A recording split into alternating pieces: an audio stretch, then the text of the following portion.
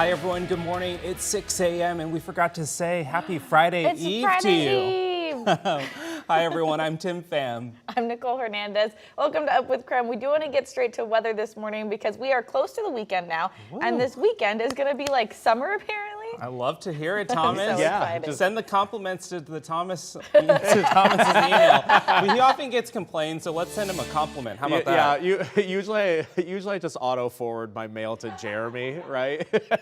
But if they're, but if they're compliments, I'll take a look at any of that fan mail today. Yeah, if you want the summer weather, got that forecast in store for this weekend. We are still well on track to hit the 80s in just a couple days. Even today is going to be a little bit warmer yet. Plenty of sunshine. It's almost blinding the camera itself at the moment, and our temperature is already responding to that. With just 40 minutes of sunshine, already increased our temperatures by a single degree. I know it doesn't sound like much, but once that sun gets high in the sky, it'll really start to rock and roll. We're at 68 by noon today and lows to mid 70s in the afternoon hours. And there's your mid-May outlook.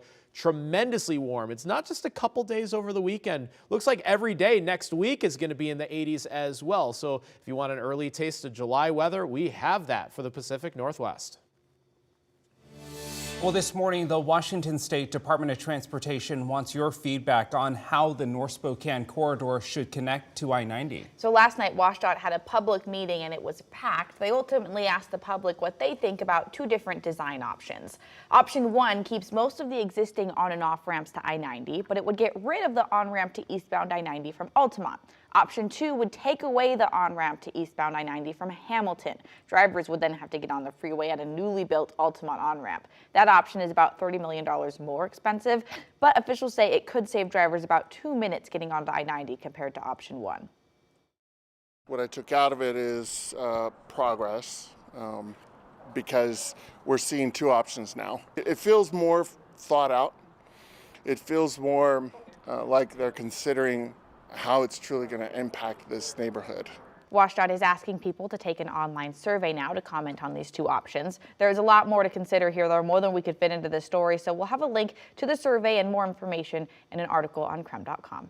An update this morning on a story we've been following for weeks. A man who shot and killed another man in a Coeur d'Alene parking lot will not face any charges.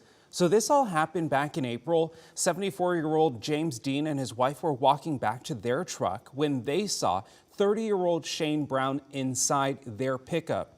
Dean confronted Brown with a handgun. Brown then left Dean's truck, got into another car, and drove it into Dean, hitting him. Dean wound up on the hood of the car Brown was driving and fired his handgun at Brown, killing him. The shooting was reviewed by a detective, and it's been determined Dean acted in self-defense.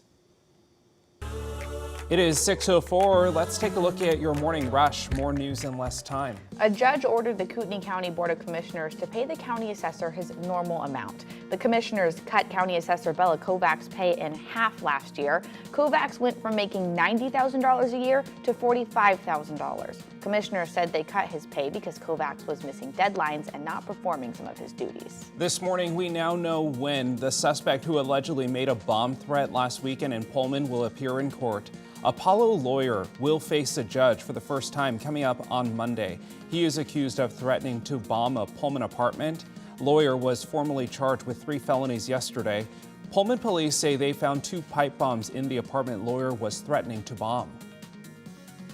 In my home state, our communities are all too familiar with this issue. Derailments of trains operated by Class 1 railroads have doubled in the past 10 years.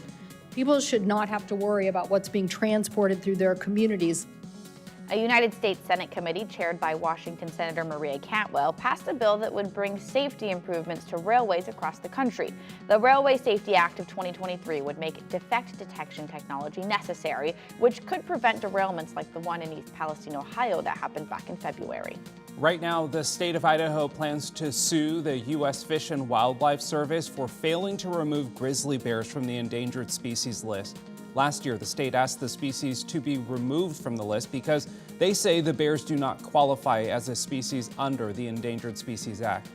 That is a look at your morning rush. Tim, I know you're super excited about this one. You're following this better than me. Excited, nervous, a little panicked. But Well, the Seattle Kraken, that's what we're talking about, face off against the Dallas Stars tonight in Game 5 of the Stanley Cup playoffs. yeah, that's because the series is tied up at 2 apiece right now. So this means that both teams just need 2 more wins to clinch the series. The puck drops in Dallas tonight at 6:30 our time. No matter the result of tonight's game, though, that means that there will be a Game 6, and that is happening in Seattle at 4 p.m. All this month on KREM 2, we are highlighting the local people, culture, and issues in the Asian American and Pacific Islander community. You might be surprised to learn the Chinese and Japanese communities both used to have districts in downtown Spokane. And tomorrow, the Asian American community is dedicating 2 markers to remember Spokane's Chinatown and Trent Alley. We actually got to look at those markers for the very first time ahead of the dedication. Oh, it's Spokane native Joanne Ferris beautiful. is seeing the Trent Alley marker in person for the first time. Thank you. You're very welcome. A marker dedicated to remembering Spokane's Japanese American culture. So these are the words that my dad and Ed Tsudakawa wrote many, many years in the 60s. Decades in the making. And this is the translation in Japanese. The plans for this marker started before Expo 74 and are just now coming to life. It's a long time coming, and I'm glad that there'll be this so people can remember. To remember the influence Japanese Americans have had on Spokane. It all started in Trent Alley. Trent Alley was the center of Japanese culture in Spokane, but was demolished to make room for Expo 74.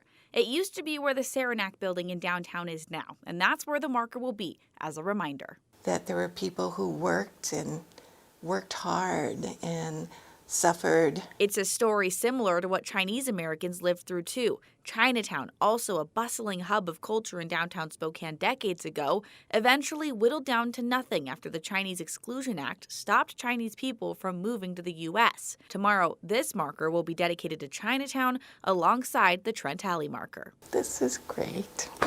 I'm so proud. Thank you. So those marker dedications are happening tomorrow, and you can join our very own Tim Pham tomorrow as well, because he's emceeing the Asian Native Hawaiian Pacific Islander Heritage Days at Riverfront Park, where those markers will officially be unveiled. There will also be live performances, vendors, food, cultural exhibits, a luau. It sounds like a blast. So for more information, you can visit SpokaneUnitedWeStand.org. And the weather should be great for that event, as well as the temperatures are starting to turn a bit more summer-like in the next couple of days. Still 70s today and tomorrow, and then 80s over the weekend. Our wild card in the forecast has been how many cumulus clouds or how many showers might we see in the afternoon. A bit of an unknown in the forecast, though our chances probably in the realm of about 5% today, and should see less activity than yesterday overall. Our temperatures are expected back in the low to mid 70s all across the inland Northwest. But here's what we've been highlighting all week long. 80s for the Mother's Day weekend. Actually just trended just a pinch less hot, or a pinch cooler, just at 84. So a bit away from 90 degrees, but a comfortable summer weekend ahead of us.